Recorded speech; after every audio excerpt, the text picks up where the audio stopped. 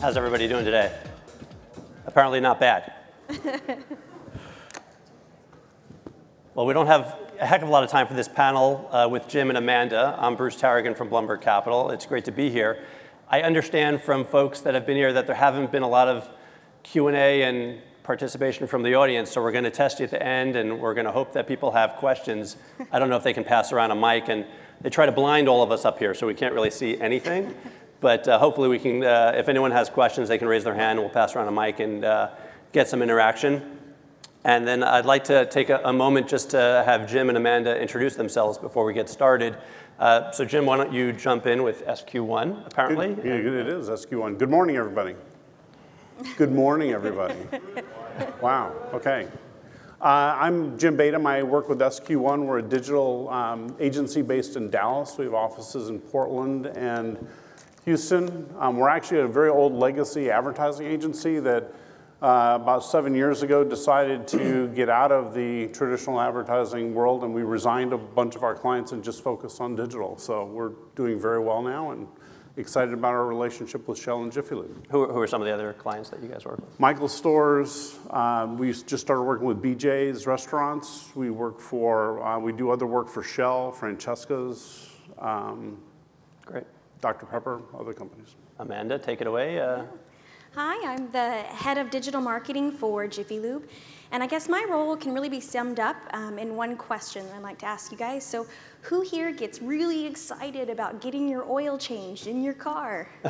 Oh, I see a few hands, and you guys are lying. Listen, it's my job to help make that relationship between your vehicle and your oil change provider a less anxiety-filled experience. And any way we can do that from a digital perspective is where I come into play. Great, Amanda. And then again, Bruce Taragin, Blumberg Capital. We're an early stage venture fund just a few blocks away from here, and actively investing in innovative technologies around social, mobile, digital.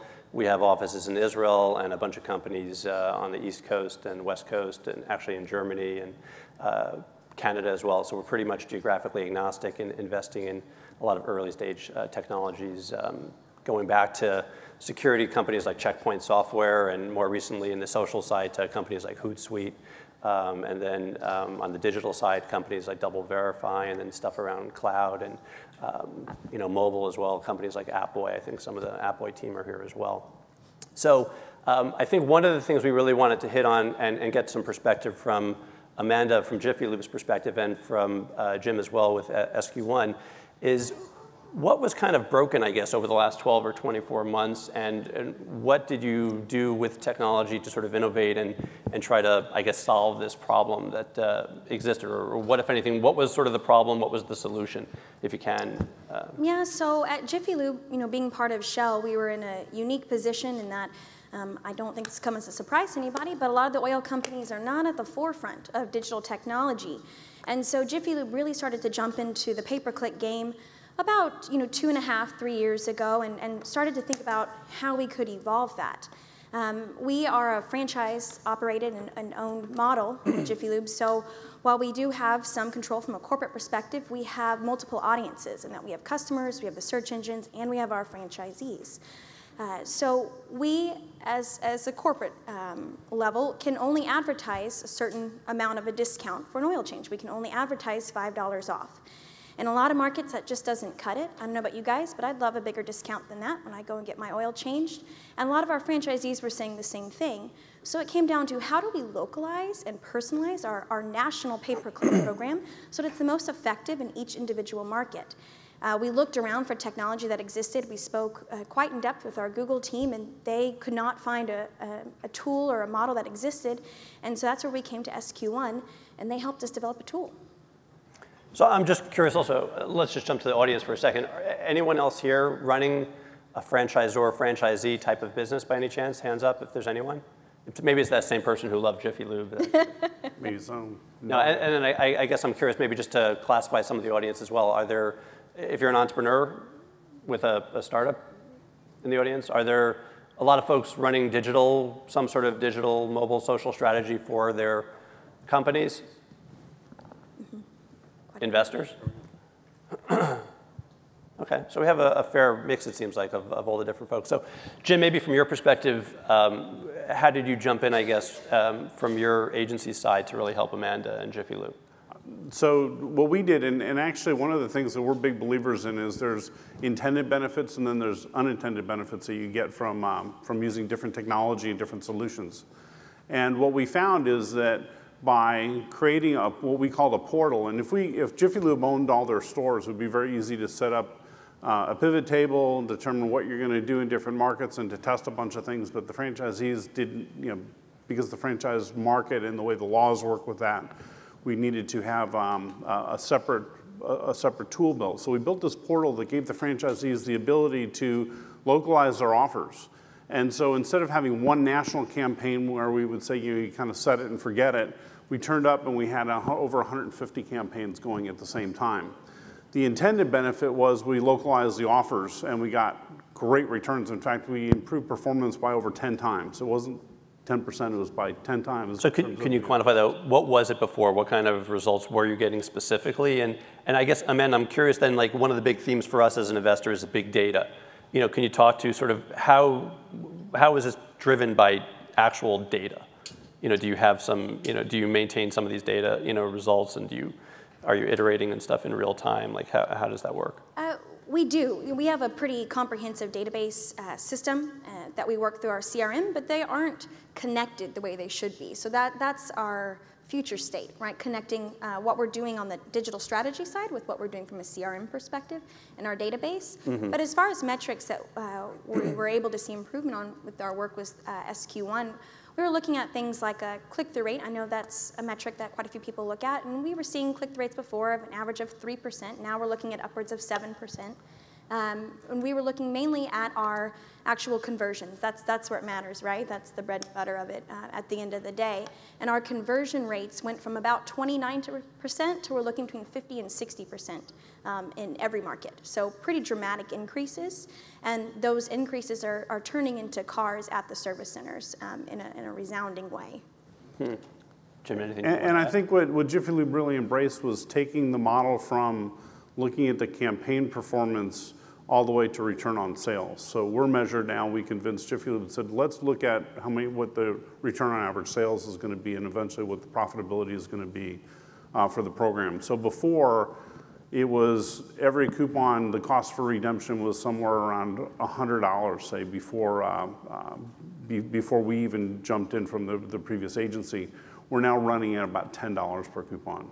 So the efficiency, and we're spending a lot more money than we did before, so it's scalable at the same time for them. And I'm curious, Amanda, and we touched on this before, but were you using any existing off-the-shelf technologies, any startups or more established companies what were you sort of using technologically previously, and what were you using, for this, fantastic type of results? Yeah, you're looking at her. Yeah. Technology. No, we really looked around really hard to find a type of technology that would help us automate this. Because you can imagine with over 2,000 service centers and markets, coast to coast, that's quite an undertaking. So like I said, we worked really closely with our Google account team to try and figure out what type of technologies existed. And to their knowledge, and they went out and researched as well, they couldn't find anything that would help us fit our needs, which is why we turned to SQ1, who developed this proprietary functionality. Mm-hmm. So Jim, maybe talk a little bit on your side. So it's amazing when you think about it that in today's day and age, there was no solution in the marketplace for this problem. And then Google searched, I guess, or maybe tried to create something as well. So Jim, it sounds like your group actually developed it, internally. Is that right? Yeah. So we developed this, and it's really pretty simple. It's a way for franchisees to go in and determine what offers that they want to have in markets. The unintended benefit that we got out of this, though, is by localizing the campaigns. We found out that our bid strategy, keyword strategy, those types of things really do matter market by market. So it wasn't a national, we didn't have a national program. So give us an example, if you can, where in one market you were seeing X and another market Y or something to that effect, if you can. Well, you have a couple examples. Yeah, so it's interesting market by market what customers, how they search.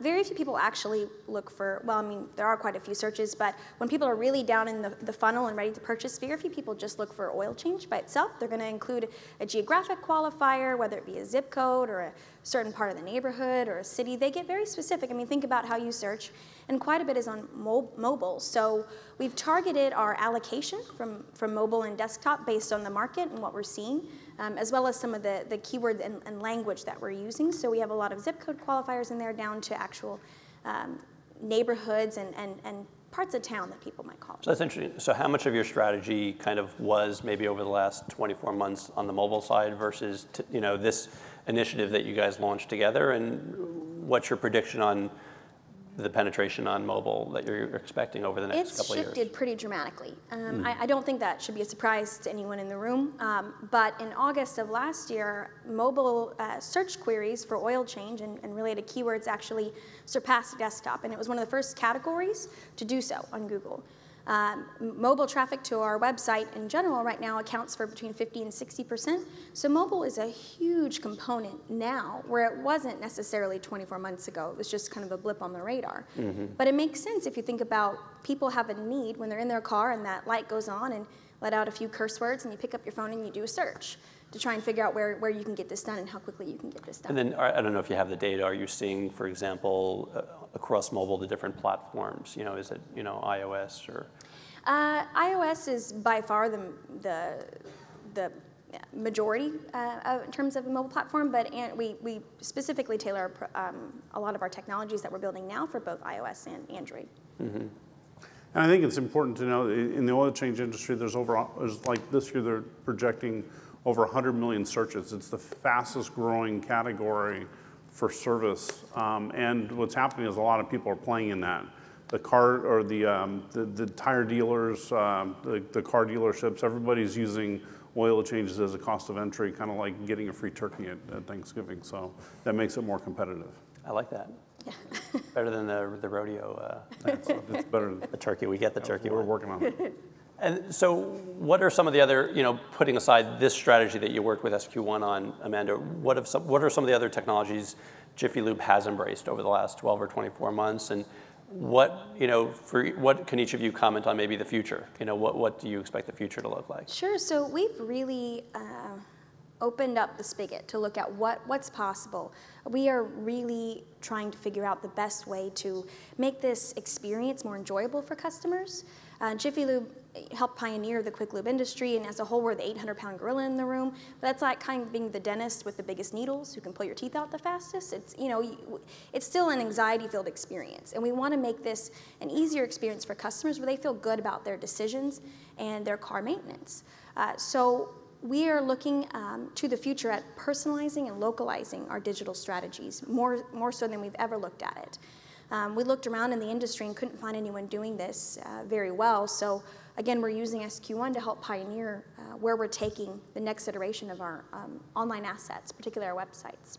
So can you go a step further in terms of give me an example of what that personalization or localization might look like over the next 12 to 24 months? Sure, so we're going to allow consumers to be able to see their service records online from their history at Jiffy Lube, in addition to seeing what their OEM recommends. So Jiffy Lube uses the same recommendations as car dealers, and a lot of times that's not known throughout the consumer set there. So we are putting those out online and putting that information in front of customers, and we're helping to create assets and videos and resources to help educate customers on the actual experience, on how to change your oil, how to change a cabin air filter, things like that, which might seem counterintuitive since we're showing them how to do it, but we're really invested in helping our customers feel like they understand the process and that they know what to expect when they come into a Jiffy Lube.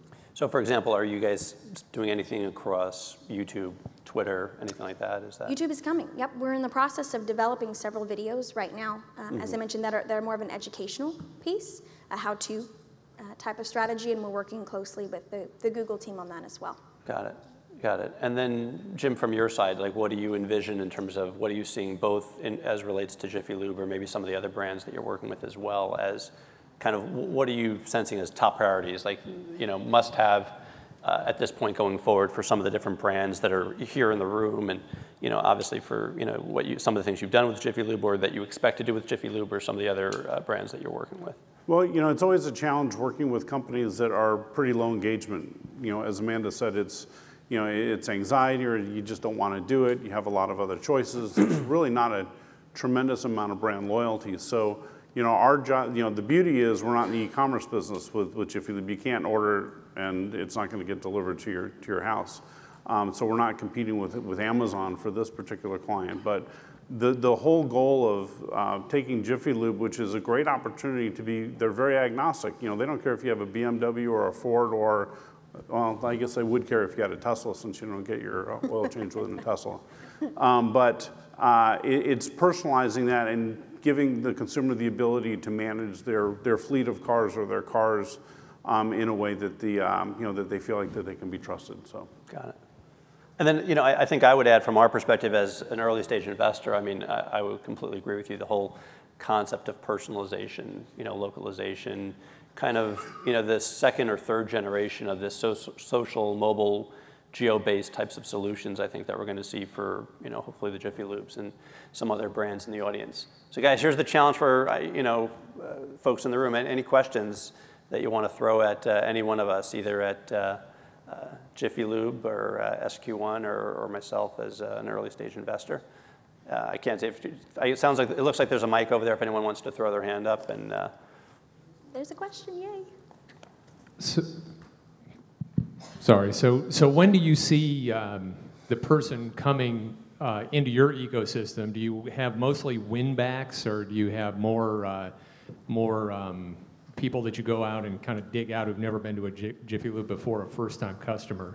That's the first question. The second question is, when do you think Teslas will have 100% of them? Only one question per person.